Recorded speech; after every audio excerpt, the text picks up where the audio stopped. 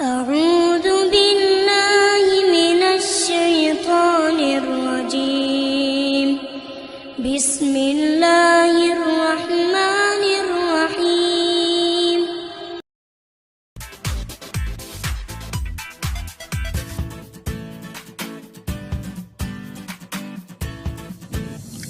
Perhatikan gambar berikut. Yang pertama, sidang BPUPKI 2. Yang kedua, Undang-Undang Dasar Negara Republik Indonesia tahun 1945. Apakah kaitan kedua gambar tersebut?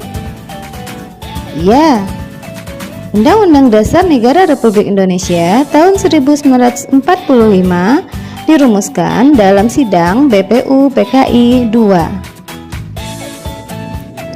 Pembukaan Undang-Undang Dasar Negara Republik Indonesia tahun 1945 merupakan sumber motivasi dan inspirasi, tekad, semangat, serta cita-cita dan moral yang ingin ditegakkan bangsa Indonesia. Untuk pertemuan kali ini, kita akan membahas satu persatu makna alinea pembukaan Undang-Undang Dasar Negara Republik Indonesia tahun 1945. Yang pertama, makna alinea pertama. Alinea pertama ini menegaskan bahwa kemerdekaan merupakan hak setiap bangsa yang ada di dunia, bukanlah hak perorangan atau individu. Dan pada alinea pertama ini juga menegaskan segala bentuk penjajahan harus dihapuskan. Dalam hal ini, makna dari alinea pertama pembukaan Undang-Undang Dasar Negara Republik Indonesia tahun 1945 menunjukkan keteguhan dan tekad bangsa Indonesia untuk menegakkan kemerdekaan dan menentang penjajahan. Kedua, makna alinea kedua. Alinea kedua menegaskan bahwa kemerdekaan yang telah dicapai bukanlah merupakan tujuan akhir dari bangsa Indonesia, tetapi masih harus diisi dengan mewujudkan negara Indonesia yang merdeka, bersatu, berdaulat, adil, dan makmur. Kemerdekaan yang diraih harus mampu mengantarkan rakyat Indonesia menuju cita-cita nasional, yaitu negara yang merdeka, bersatu, berdaulat, adil, dan makmur. Jika Indonesia dipandang sebagai negara yang merdeka, berarti Indonesia negara yang terbebas dari penjajahan bangsa lain dan bebas menentukan nasibnya sendiri. Jika Indonesia dipandang sebagai negara yang bersatu, berarti Indonesia menghendaki setiap warga negara bertekad untuk bersatu dalam negara kesatuan, bukan bentuk negara lain. Namun, jika Indonesia dipandang sebagai negara yang berdaulat, berarti Indonesia itu sederajat dengan negara lain yang bebas menentukan arah dan kebijakan sendiri tanpa adanya campur tangan dari negara lain.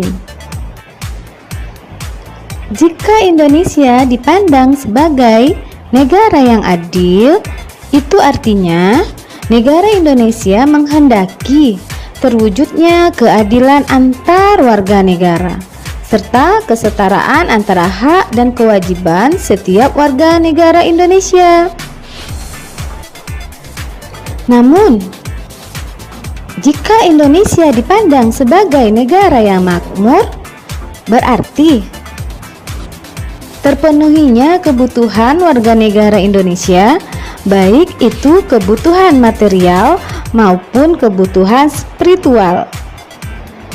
Dalam hal ini, dalam kehidupan berbangsa dan bernegara, negara Indonesia tidak hanya memenuhi kebutuhan material saja, akan tetapi negara Indonesia harus juga mampu memenuhi kebutuhan spiritual setiap warga negaranya. Diberi kebebasan untuk beribadah, diberi kebebasan untuk memilih agama yang diinginkan sesuai dengan keyakinan masing-masing. Yang ketiga, makna alinea ketiga. Pada alinea ketiga ini menegaskan bahwa bangsa Indonesia mengakui bahwa manusia adalah makhluk ciptaan Tuhan, sehingga kemerdekaan Indonesia tidak hanya dicapai dengan segenap usaha dari bangsa Indonesia, melainkan juga dicapai berkat rahmat dari Allah yang Maha Kuasa. Alinea ketiga ini merupakan pengukuhan dari proklamasi kemerdekaan. Dalam hal ini, kemerdekaan yang dicapai tidak semata-mata hasil jeripayah perjuangan bangsa Indonesia, tetapi juga atas kuasa Tuhan yang Maha Esa. Yang keempat, makna alinea keempat. Alinea keempat menegaskan bahwa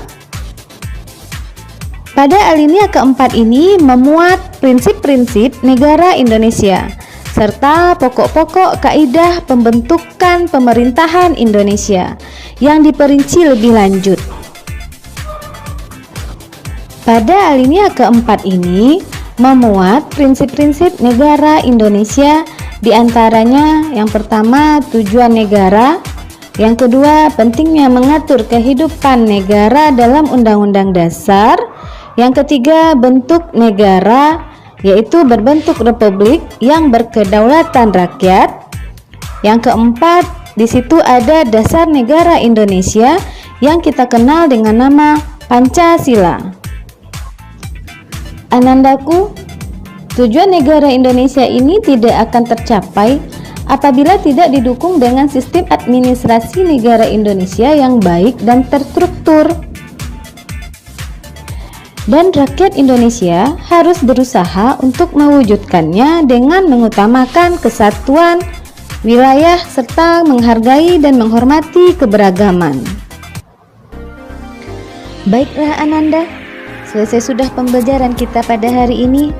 Semoga apa yang sudah kita pelajari dapat bermanfaat dan bisa kita terapkan dalam kehidupan sehari-hari. Dan kita akhiri pembelajaran hari ini dengan mengucapkan hamdalah. Terima kasih. Alhamdulillahi Rabbil Alamin Ar-Rahmanir Rahim